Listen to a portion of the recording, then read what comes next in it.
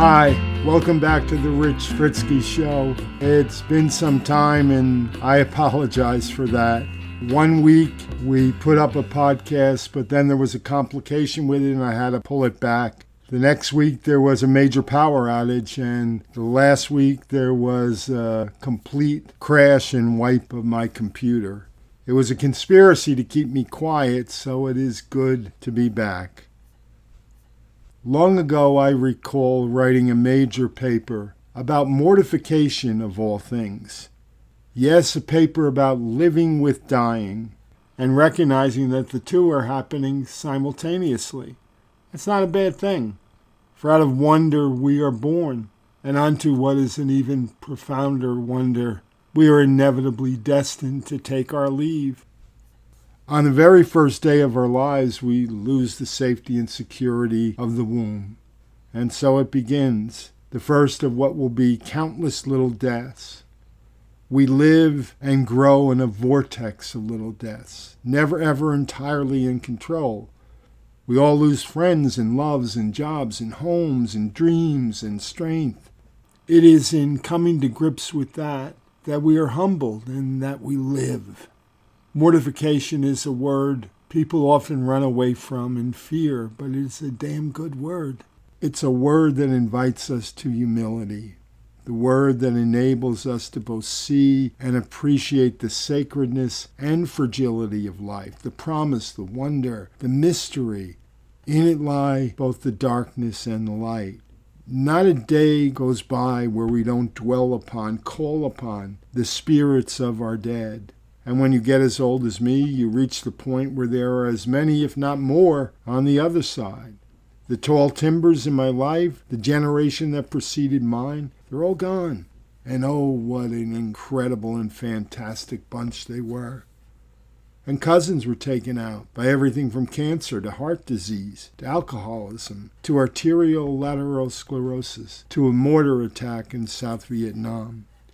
Teachers, colleagues, neighbors, friends, dozens upon dozens of my high school classmates, including the very first two I met my freshman year, and Mike Sweeney, the quarterback, point guard, star, who atypically never, ever flaunted that stardom. Just a great guy. John Tomini, he was my senior patrol leader in Boy Scouts, and he got blown out of the sky in Nam while flying a helicopter to retrieve the wounded. Terry Morrissey and Bobby Musto were taken out by tractor-trailers on interstates and turnpikes. My dad, who survived 3 years on the front line in World War II, died of leukemia. And my mom, who never smoked a day in her life, of lung cancer. And my sweet father-in-law and effervescent mother-in-law of congestive heart failure and an aortic embolism, respectively. Our remarkably vivacious niece Sue at the age of 8 of brain cancer. Some were 94 and 96, and one beautiful soul 102. Others were lost in the womb, or just as life should have begun, and then at 3, 9, 18, 21, 33, 35, and 36, and all swept beneath the same sun and looked up in wonder at the same moon. Thank you, Neil Diamond. Some suffered for long, and others were taken in an instant. And I hear the voices of literally hundreds. They swim around in my head when I pray, and some appear oh so wise, others joyful, and some quizzical as if I still had an awful lot to learn.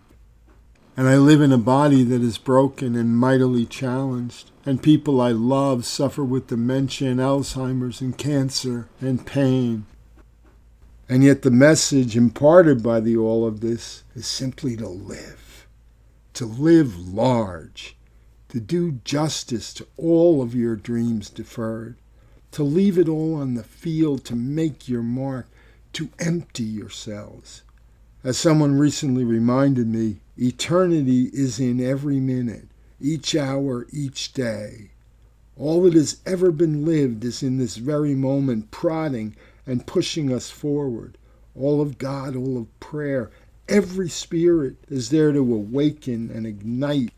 And it is for them and for those who will follow us that we must do justice to the life of our planet and home. For we owe a great duty to both those who preceded us and those who will follow. We must pick up where the latter left off and advance the line for our children, grandchildren, and generations to come. Billions of prayers and hopes and aspirations and sacrifices gone by empower us, demanding that we attend to the likes of social justice, equality, economic empowerment, access to education, compassion, empathy, and love. Yes, it is a duty owed to finally make gentle the life of the world. The point is that every one of you live at the epicenter of all things. And no matter how much you struggle and strive and suffer or hope, each minute remains a gift, as death ever gives way to life and life to death. This was the kind of stuff I pondered on the way to 4 days of camping at Rogers Rock on the northern shore of Lake George in the Adirondacks, a singularly special slice of God's earth, where we've gathered together for many years, and that weekend alone gratefully with 9 of our 12 children, spouses, and grandchildren. The lake is just another living spirit, life piled on top of life again, in mystery and in grace, cosmic and inviting. I have had a 54-year relationship with Thornton Wilder's Our Town, where he takes this we live and we die phenomenon, which demands us all to commune with our souls and reach higher still, to mortify and to humble.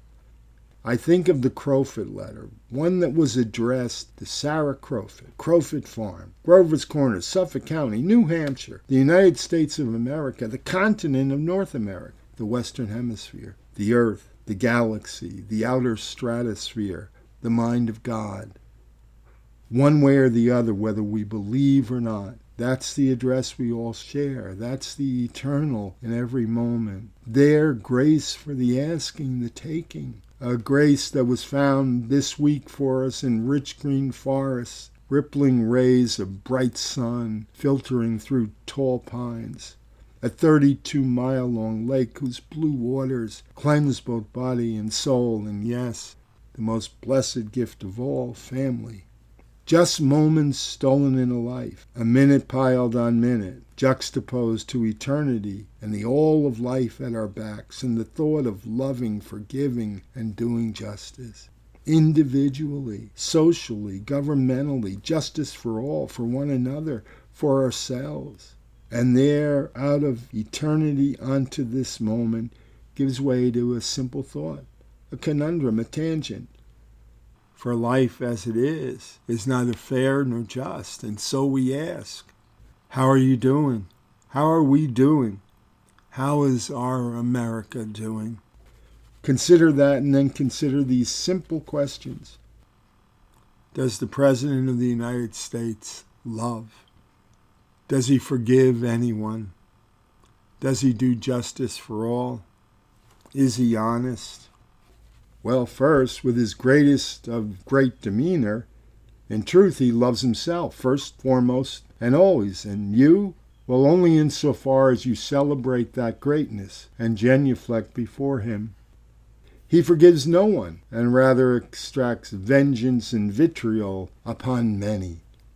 He does justice only for the richest and the mightiest, and never for an immigrant, nor a refugee, nor one who is black or Hispanic, nor a Native American, a Muslim, nor anyone who stands up for their rights and protest, nor the elderly, nor our allies, nor our earth, and nor even the Americans who bury themselves in the mythology of his great again. He lies every time he goes to a damn podium or answers a reporter's question. He is the fraud, Anderson Cooper's snake oil salesman. He lies big, without a shred of dignity or fact or honor. He has stained and demeaned the office as the tweeter-in-chief. Work, hell. He gulps, watches Fox News, tweets, plots, lies.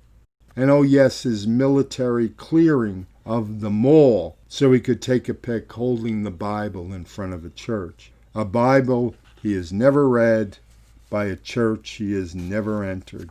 The truth is, America's standing in the world has been eviscerated. Once a leader and a light, now we are disdained. And ever out of touch with his own country, he bungles the names of sacred places, displays his open aversion for history, while he assaults the rudiments of democracy itself, asserts powers he does not have, condemns the processes of free elections, and publicly and wantonly works to suppress the vote by crippling the post office and brutalizing mail-in voting as fraudulent, for which he offers not a single shred of evidence, because there is none. And on top of all of that, he freely asserts that if he loses the election, it was rigged. He says it as if it's already in the past tense. Months before, like the kings of old, so it shall be written, so it shall be done. How can anyone be okay with a narcissism as offensive as his? He is telling us that the choice of the people must then needs be disregarded. Well, to hell with him and the hell with that. And if you don't think he sees himself as emperor, have you taken notice of the military compound that he is turning our White House, the people's house, into? Enough of this, for there is higher ground and the opportunity for all of us to do justice ourselves. And yes, as Christ and all faiths affirm, it is on us to feed and to clothe, to house and to sustain those who are victims of injustice or cruel poverty. For if life isn't all in for the other, then what? Then why? Enlightened, free, faithful, determined. It is on us to be true to our faith, and be you Catholic or Christian or Jew or Muslim or Hindu or simply humbly human. We are called by that very humanity to be our brothers and sisters' keepers, to serve and to right that which is wrong. So let's clean up the mess and corruption of government, of greed, by greed, and for greed. It is time to throw out the money lenders and the frauds and take back the people's house of, by, and for. It is long past time to build that beautiful city, the ideal America that we have dreamed of. And any road forward to the same begins with throwing the current administration out, the current inhabitant of the people's house, the hell out of it. Have faith as we are asked. Live in that light and in the certain knowledge that you have never been alone, and that in your living and dying you are empowered, in fact charged with making your difference and leaving your mark and honoring your having lived. We must all earn our living. We must do unto others as best we can. Mortification gives way to humility. Humility gives way to love, to empathy and compassion, where lives well lived are fully manifested. So give them your coat as well, and attach your star to the eternal continuum that leads us on to our heavens and magical mysteries. We have oh so much work to do. Begin again, servants all, leaving everything we have to give to our brothers and sisters on the field. Oh, wow. More a sermon than a podcast, I think. And while I want to say I'm sorry for going preachy on you, truth is I'm not. With 3 weeks to ponder, going deep was only natural for me, and for God's sake, as the very life of this earth, much less humanity, is contingent upon sending Trump packing. Why the hell not? To that end, I just can't help but shout from the mountaintops. Have a great week. I anticipate no further disasters and intend to be back next week with tales of my oldest brother, who taught me much about what I just shared. Just a whole bunch of stories. No preaching. Promise. Take care.